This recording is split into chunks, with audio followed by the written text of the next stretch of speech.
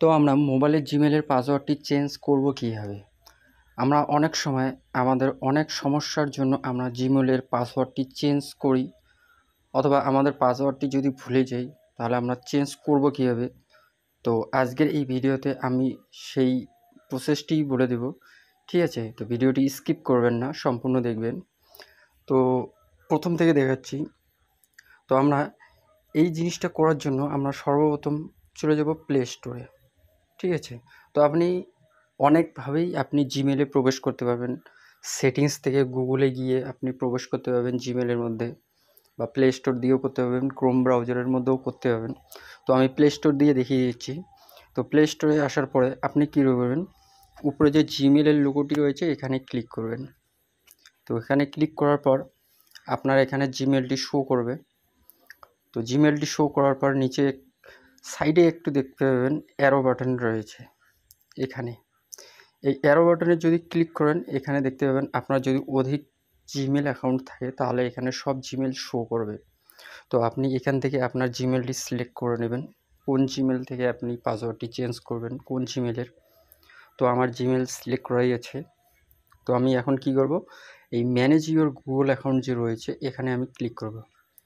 এখানে ক্লিক করার পর এরকম একটি ইন্টারফেস চলে আসবে। তো তারপরে আমি কী করব, এখানে চলে যাব সিকিউরিটি, এখানে ক্লিক করব। এখানে ক্লিক করার পর নিচে আমি দেখতে পাবো এখানে রয়েছে পাসওয়ার্ড। এই পাসওয়ার্ডে আমি ক্লিক করব। এখানে ক্লিক করার পর আর একটি পেজ ওপেন হয়ে যাবে। তো সেখান থেকে আমি পাসওয়ার্ডটি চেঞ্জ করতে পারবো। তো এখানে আসার পর তো আমার ডিরেক্ট খুলে গেল। আপনাদের এখানে আপনার স্ক্রিন লক, ফিঙ্গারপ্রিন্ট অথবা পাসওয়ার্ড পিন এগুলো যদি আসে আপনারা দিয়ে দেবেন আপনার মোবাইলের যেটি রয়েছে। তো এখানে আসার পর এখানে দেখতে পাবেন নিউ পাসওয়ার্ড। ঠিক আছে?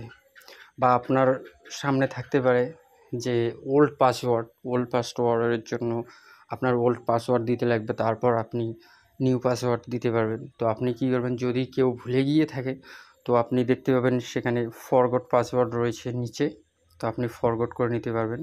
তো আমি এখানে ডিরেক্ট খুলে নিয়েছি।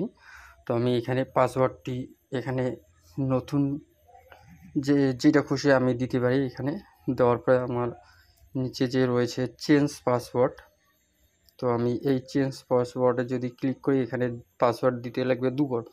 নিউ পাসওয়ার্ড উপরে দিবেন, তারপর কনফার্ম নিউ পাসওয়ার্ড এখানে দিয়ে তারপর চেঞ্জ পাসওয়ার্ডে যদি ক্লিক করি তাহলেই আমাদের জিমেলের পাসওয়ার্ডটি চেঞ্জ হবে। তো আপনারাও এইভাবেই জিমেলের পাসওয়ার্ড চেঞ্জ করবেন। ভিডিওটি যদি ভালো লাগে তাহলে অবশ্যই একটি লাইক করবেন, শেয়ার করবেন, এবং এরকম আরও ইন্টারেস্টিং ভিডিও পেতে চ্যানেলটি সাবস্ক্রাইব করে দেবেন। ধন্যবাদ।